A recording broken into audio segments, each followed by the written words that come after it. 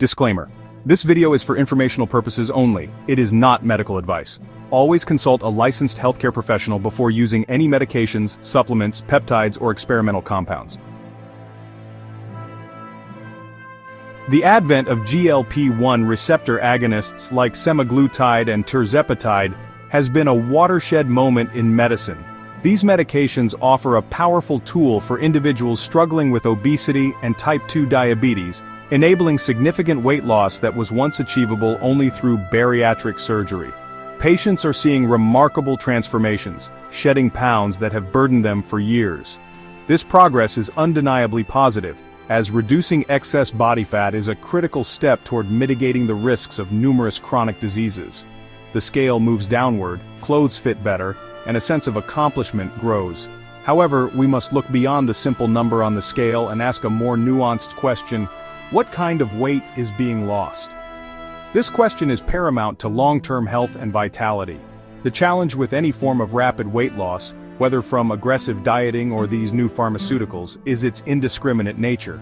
The body, when faced with a significant and sustained calorie deficit, does not exclusively burn fat for energy.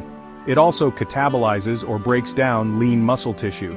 This loss of muscle mass is a hidden cost, a silent trade-off that can have profound negative consequences for our metabolic health, physical strength, and overall longevity. Losing weight is the goal, but losing muscle is a liability. It weakens our foundation, making us more susceptible to injury, reducing our resting metabolic rate, and ultimately making it harder to maintain fat loss in the long run. We must prioritize not just weight loss, but high-quality weight loss. Imagine your body as a high-performance engine. Muscle is the core of that engine, burning fuel even when you are at rest. The more muscle you have, the more calories you burn throughout the day, creating a more favorable metabolic environment. When you lose muscle, you are effectively downsizing your engine. This means your body requires fewer calories to maintain its weight, a phenomenon known as metabolic adaptation. Consequently, when the period of active weight loss ends, the risk of weight regain is substantially higher. The very process intended to improve health can inadvertently set the stage for a future struggle, a cycle of weight loss and regain that is both frustrating and metabolically damaging. Therefore, our strategy must be more sophisticated than simply inducing a calorie deficit. We must approach weight loss on GLP-1s with a clear objective: to maximize fat loss while aggressively minimizing muscle loss. This requires a proactive, multifaceted approach that combines the pharmacological power of the medication with targeted strategies in nutrition and exercise. The goal is not merely to become a smaller version of oneself, but a stronger, more resilient, and metabolically healthier version. This essay will explore the tools and tactics necessary to achieve this outcome, ensuring that the journey of weight loss leads to a destination of true lasting health and not just a lower number on the scale. The primary mechanism by which GLP-1 agonists drive weight loss is through a powerful reduction in appetite and an increase in satiety. These drugs mimic a natural hormone, signaling to the brain that you are full, which leads to a spontaneous and often dramatic decrease in calorie intake. While this is highly effective for fat loss, it creates a challenging environment for muscle preservation. The profound lack of hunger can make it difficult to consume an adequate amount of protein, the essential building block for muscle tissue. When protein intake falls below the body's daily needs for repair and maintenance, especially during a calorie deficit, the body begins to source amino acids from existing muscle, leading directly to atrophy. Furthermore, the significant calorie deficit itself sends a powerful catabolic signal throughout the body. In a state of energy scarcity, the body prioritizes survival. It slows down non-essential processes and seeks out energy from the most accessible sources. Unfortunately, muscle tissue is metabolically expensive to maintain and serves as a ready reservoir of protein that can be converted into glucose for energy. This process, known as gluconeogenesis, is a natural adaptation to starvation, but in the context of therapeutic weight loss, it becomes a significant obstacle. The body, in its wisdom, doesn't differentiate between a self-imposed deficit and a famine, and it will sacrifice muscle to conserve energy. Another contributing factor is a potential reduction in spontaneous physical activity. When consuming far fewer calories, individuals may experience lower energy levels or a general sense of fatigue. This can lead to a decrease in both structured exercise and non-exercise activity thermogenesis, NEAT. the energy expended for everything we do that is not sleeping, eating, or sports-like exercise. This includes walking to the car, fidgeting, or doing chores. A decline in overall movement means the muscles are receiving less anabolic stimulus, the very signal they need to justify their existence to the body. Without the regular stress of resistance and movement, the use it or lose it principle takes hold with unforgiving speed. Finally, the sheer speed of weight loss enabled by these drugs is a critical factor. Slower, more gradual weight loss allows the body more time to adapt and preferentially burn fat stores. In contrast, rapid weight loss, often exceeding 2 pounds per week, overwhelms the body's ability to mobilize fat quickly enough to meet energy demands. This forces it to rely more heavily on muscle protein for fuel. Studies have shown that a significant percentage of the weight lost on GLP-1s, sometimes as high as 30 to 40%, can be lean mass. This is a concerning figure that underscores the urgent need for a muscle-centric approach to treatment to ensure the therapeutic benefits are not undermined by this unintended consequence. In the quest to mitigate muscle loss during aggressive fat loss, some individuals have turned to compounds known as selective androgen receptor modulators, or SARMs. One of the most well-known and researched SARMs is Ostarine, also known as MK2866. Unlike anabolic steroids which bind to androgen receptors throughout the body, SARMs are designed to be tissue selective. The theoretical appeal of Ostarine is its ability to bind preferentially to androgen receptors in muscle and bone tissue, while having minimal effect on other tissues like the prostate, skin, or hair. This selectivity is what makes it a subject of interest for preserving lean mass. The mechanism by which Ostarine works is by stimulating anabolic or muscle-building pathways in a manner similar to testosterone. When it binds to the androgen receptor in a muscle cell, it signals the cell to increase protein synthesis and decrease protein breakdown. This shifts the net protein balance in favor of muscle growth and maintenance. During a calorie deficit, when the body is naturally in a catabolic state, a compound like Ostarine could theoretically act as a powerful anti-catabolic agent. It essentially tells the muscle, even though energy is scarce, you must hold on to your protein. This could help decouple fat loss from muscle loss, allowing for a higher quality of weight reduction. Research on Ostarine has shown promising results in specific contexts.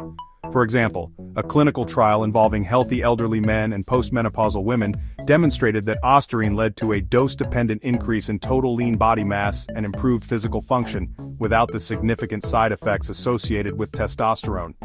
The participants experienced gains in muscle, even without a specific exercise protocol. This data suggests that the compound has a potent anabolic effect. For someone on a GLP-1 agonist, the goal would not necessarily be to build new muscle, but to leverage this anabolic signal to defend the muscle that is already there from the catabolic pressures of a severe calorie deficit. It is crucial to understand that Ostarine is not a magic bullet but rather a potential tool within a broader strategy. Its role would be to act as a defensive shield for muscle tissue while the GLP-1 agonist and diet work to reduce fat mass. This approach recognizes that pharmacology can be fought with pharmacology. If a drug is creating a catabolic environment, another compound might be used to create a localized anabolic countersignal. However, the decision to use such a compound is complex and fraught with considerations about safety, legality, and long-term effects, which must be weighed carefully against the potential benefits of preserving metabolically critical tissue. While the potential benefits of Ostarine for muscle preservation are compelling, it is imperative to approach its use with a high degree of caution. Ostarine is not an FDA-approved drug for any medical condition. It is classified as an investigational new drug. It is illegal to sell it as a dietary supplement, and products purchased online are often unregulated, which presents a significant risk. These products may be contaminated with other substances, contain different dosages than what is listed on the label, or not contain the active ingredient at all. The lack of regulatory oversight means that the user is taking a substantial gamble on the purity and safety of what they are consuming. The side effects of Ostarine are a primary concern. Although it is designed to be tissue selective, this selectivity is not perfect. The most consistently reported side effect is the suppression of the body's natural testosterone production. By introducing an external compound that activates androgen receptors, the body's feedback loop, the hypothalamic-pituitary-gonadal axis, can be downregulated. This leads to a decrease in luteinizing hormone and follicle-stimulating hormone, which in turn signals the testes to produce less testosterone. While this suppression is typically milder than that caused by anabolic steroids, and often reversible after discontinuation, it is a significant physiological impact that can lead to symptoms of low testosterone, such as fatigue, low libido, and mood changes. Beyond testosterone suppression, other potential side effects have been noted in research and anecdotal reports. Some users experience transient elevations in liver enzymes such as ALT and AST, suggesting a degree of liver strain. While this is often mild and resolves after stopping the compound, it highlights the need for monitoring. There have also been concerns about its impact on lipid profiles, with some studies showing a decrease in HDL, good cholesterol, and an increase in LDL, bad cholesterol. These changes could negatively impact cardiovascular health over the long term. The full spectrum of long-term risks is simply not known because rigorous, long-duration human trials are lacking.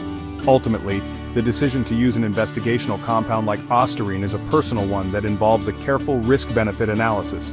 For a healthy individual simply looking to optimize their body composition during weight loss, the potential risks associated with an unregulated, non-approved substance may outweigh the benefits of preserving an extra few pounds of muscle.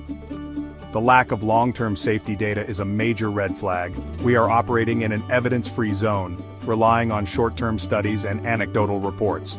This is a far cry from the robust data we have for approved medications and established protocols, and anyone considering this path must do so with their eyes wide open to the potential unknowns. For male patients experiencing muscle loss on GLP-1 medications, especially those who are middle-aged or older, there's actually a medically established and well-understood alternative to SARM's testosterone replacement therapy, or TRT. Before even thinking about an investigational compound like Ostarine, it's essential for men to evaluate their baseline hormonal health. A significant portion of the adult male population already has suboptimal or clinically low testosterone levels, a condition called hypogonadism.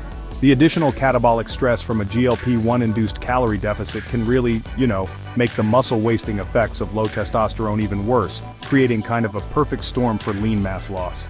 TRT is a legitimate medical treatment prescribed by a physician to restore testosterone levels to a healthy physiological range. Unlike Ostarine, it's an FDA-approved therapy with decades of research supporting its safety and efficacy when properly managed. The goal of TRT isn't to create supraphysiological bodybuilder-level hormone concentrations, but simply to correct a deficiency. By bringing testosterone back to an optimal level, men can experience significant benefits including preservation or even growth of muscle mass, improved bone density, increased energy levels, better mood, and enhanced libido. For a man on semaglutide, optimizing his testosterone is really a foundational first step. The key difference between TRT and using a SARM lies in the approach. TRT addresses a potential underlying medical issue, hypogonadism, under the supervision of a healthcare professional. This involves comprehensive blood work to diagnose the condition and ongoing monitoring to ensure hormone levels remain within a safe and effective range, and to manage any potential side effects, like changes in hematocrit or estrogen levels. Using Ostarine, on the other hand, involves self-administering an unregulated substance without medical guidance to achieve a specific performance-enhancing outcome. The former is a medical intervention. The latter is biohacking with significant unknowns. So, for any man concerned about losing muscle while on a GLP-1, the conversation really should begin with his doctor. A simple blood test can reveal his total and free testosterone levels, along with other key hormonal markers. If he's diagnosed with hypogonadism, starting TRT could be a much safer and more effective strategy for muscle preservation than experimenting with SARMs. It corrects the root hormonal problem, providing a powerful anabolic signal that directly counters the catabolic pressures of weight loss. Honestly, it's the logical, evidence-based choice that prioritizes long-term health and safety over the allure of a pharmacological shortcut. A common aesthetic concern associated with rapid weight loss on GLP-1s is the phenomenon popularly known as Ozempic face. This refers to the gaunt, aged appearance that can result from a significant and rapid loss of facial fat. The fat pads in our cheeks and under our eyes provide volume and structure, contributing to a youthful look. When this fat is lost quickly, the skin can sag and wrinkles can become more prominent, leading to a hollowed-out appearance. This is not a direct side effect of the drug itself, but rather a consequence of rapid, substantial weight loss from any cause. The face is one of the first places many people lose fat, making the change particularly noticeable. To mitigate this effect, the strategy is threefold. First, aim for a more moderate rate of weight loss. While the temptation is to lose weight as fast as possible, a slower pace of 1 to 2 pounds per week allows the skin more time to retract and adapt to the new underlying facial structure. Second, nutrition plays a crucial role. Ensuring an adequate intake of healthy fats from sources like avocados, nuts, seeds, and olive oil is vital. These fats are essential for maintaining the health and integrity of skin cell membranes, promoting elasticity. A diet devoid of fat can accelerate the appearance of aging skin, so it's important not to fear healthy fats during weight loss. Third, and most importantly, is the role of exercise, specifically the right combination of resistance training and cardiovascular exercise. Resistance training is the single most powerful tool we have to dictate the quality of weight being lost. By lifting weights or performing other resistance exercises at least 2 to 4 times per week, you send a powerful anabolic signal to your muscles to grow or at least maintain themselves. This helps ensure that the weight you lose is primarily fat, not precious muscle. Cardiovascular exercise is still important for cardiovascular health and calorie expenditure, but it should not be the sole focus. A balanced program might include 150 to 180 minutes of Zone 2 cardio per week, complemented by strength training. This comprehensive approach, slowing the pace, optimizing nutrition with healthy fats and high protein, and prioritizing resistance training, does more than just preserve muscle and facial volume. It builds a foundation for long-term health. It transforms the weight loss journey from a passive process driven by a drug into an active process of rebuilding the body. You are not just getting smaller, you're getting stronger and metabolically healthier. This strategy ensures that when you reach your goal weight, you have the physical strength, metabolic flexibility, and healthy habits needed to maintain your results for life. To fully appreciate the context of these medications, it is helpful to understand their underlying physiology. Glucagon-like peptide 1 or GLP-1 is an incretin hormone, a type of metabolic hormone that is naturally released from our gut in response to eating food. Its job is to help manage blood sugar levels. When you eat, GLP-1 stimulates the pancreas to release insulin, which helps shuttle glucose from the bloodstream into cells for energy. It also suppresses the release of glucagon, another hormone that raises blood sugar by signaling the liver to release stored glucose. This dual action provides elegant and glucose-dependent blood sugar control. The GLP-1 agonists used for weight loss, such as semaglutide, Ozempic, Wegovy, and liraglutide or Saxenda, are synthetic versions of this natural hormone. However, they've been engineered to be much more durable. Natural GLP-1 is broken down very quickly in the body by an enzyme called dipeptidyl peptidase 4, or DPP4, giving it a half-life of only a few minutes. The pharmaceutical versions are resistant to this breakdown, allowing them to remain active in the body for much longer, up to a week in the case of semaglutide. This sustained action is what allows for their powerful therapeutic effects, including the profound appetite suppression that drives weight loss by acting on hunger centers in the brain. Another class of drugs known as DPP4 inhibitors, for example sitagliptin or saxagliptin, works on this same pathway, but in a different way. Instead of introducing an external GLP-1 mimic, these drugs block the action of the DPP4 enzyme. By inhibiting the enzyme that breaks down the body's own natural GLP-1, they effectively increase the concentration and duration of the GLP-1 that you produce yourself. While this does help with blood sugar control, the effect is much milder compared to the high levels of stimulation achieved with GLP-1 agonists. Consequently, DPP4 inhibitors are generally not associated with significant weight loss. Understanding this mechanism is key to appreciating both the power and the challenge of these medications. They are not merely appetite suppressants in the traditional sense, they are potent hormonal modulators that fundamentally alter the body's response to food and energy. The newer dual agonist drugs like tirzepatide, Mounjaro, or Zepbound take this a step further by mimicking both GLP-1 and another incretin hormone called GIP, or glucose-dependent insulinotropic polypeptide. This dual action appears to have an even more potent effect on both blood sugar control and weight loss, but the fundamental principle of leveraging incretin hormone pathways remains the same. While the focus on GLP-1 agonists has largely been on their metabolic effects, blood sugar control and weight loss, an exciting and expanding area of research is revealing their significant impact on the brain and other systems. The appetite suppression itself is a neurological effect, mediated through GLP-1 receptors in areas of the brain like the hypothalamus. However, the influence extends far beyond simple hunger signals.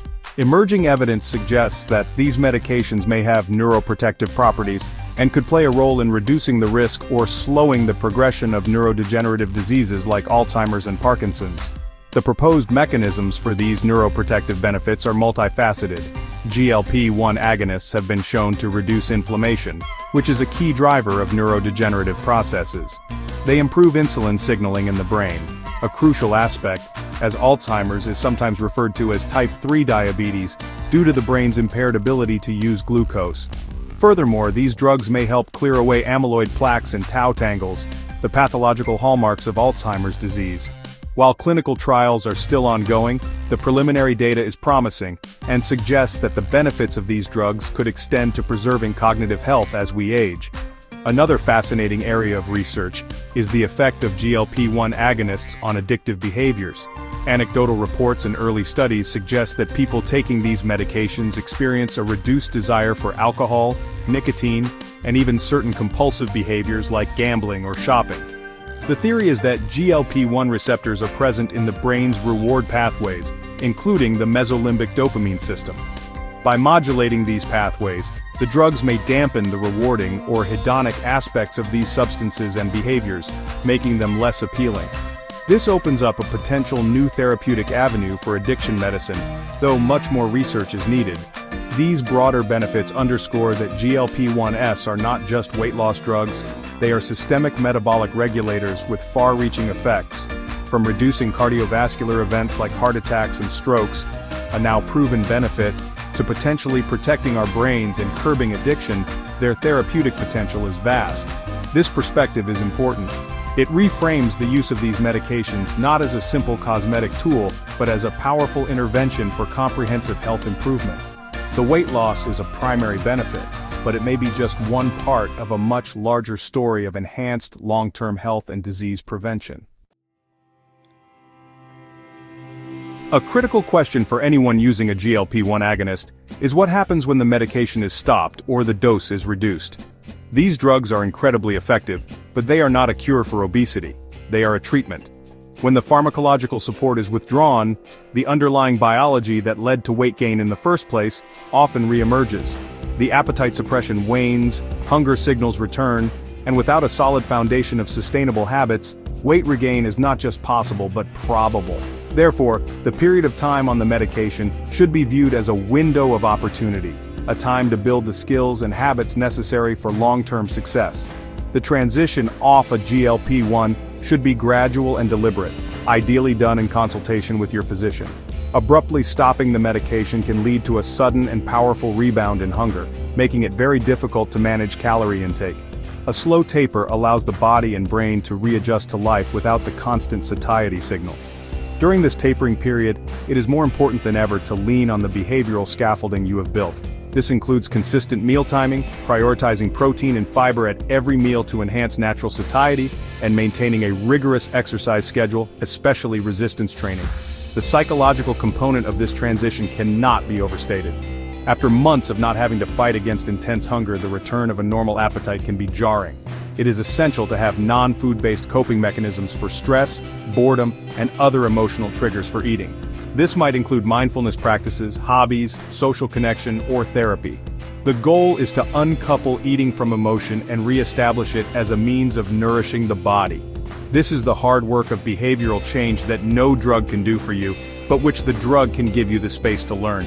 Ultimately, GLP-1 agonists should be seen as a powerful catalyst, not a lifelong crutch for everyone. They provide a physiological tailwind that makes the difficult work of lifestyle change more achievable. They can help a person reach a healthier weight and break cycles of metabolic dysfunction. But the real victory is not in the weight lost, it is in the habits gained. The true measure of success is being able to maintain a healthy weight and strong body composition long after the prescription has ended. This requires a fundamental shift in mindset, from seeing the drug as the solution to seeing it as a tool to help you become the solution. If you like the information provided, please subscribe, comment, and give us a like.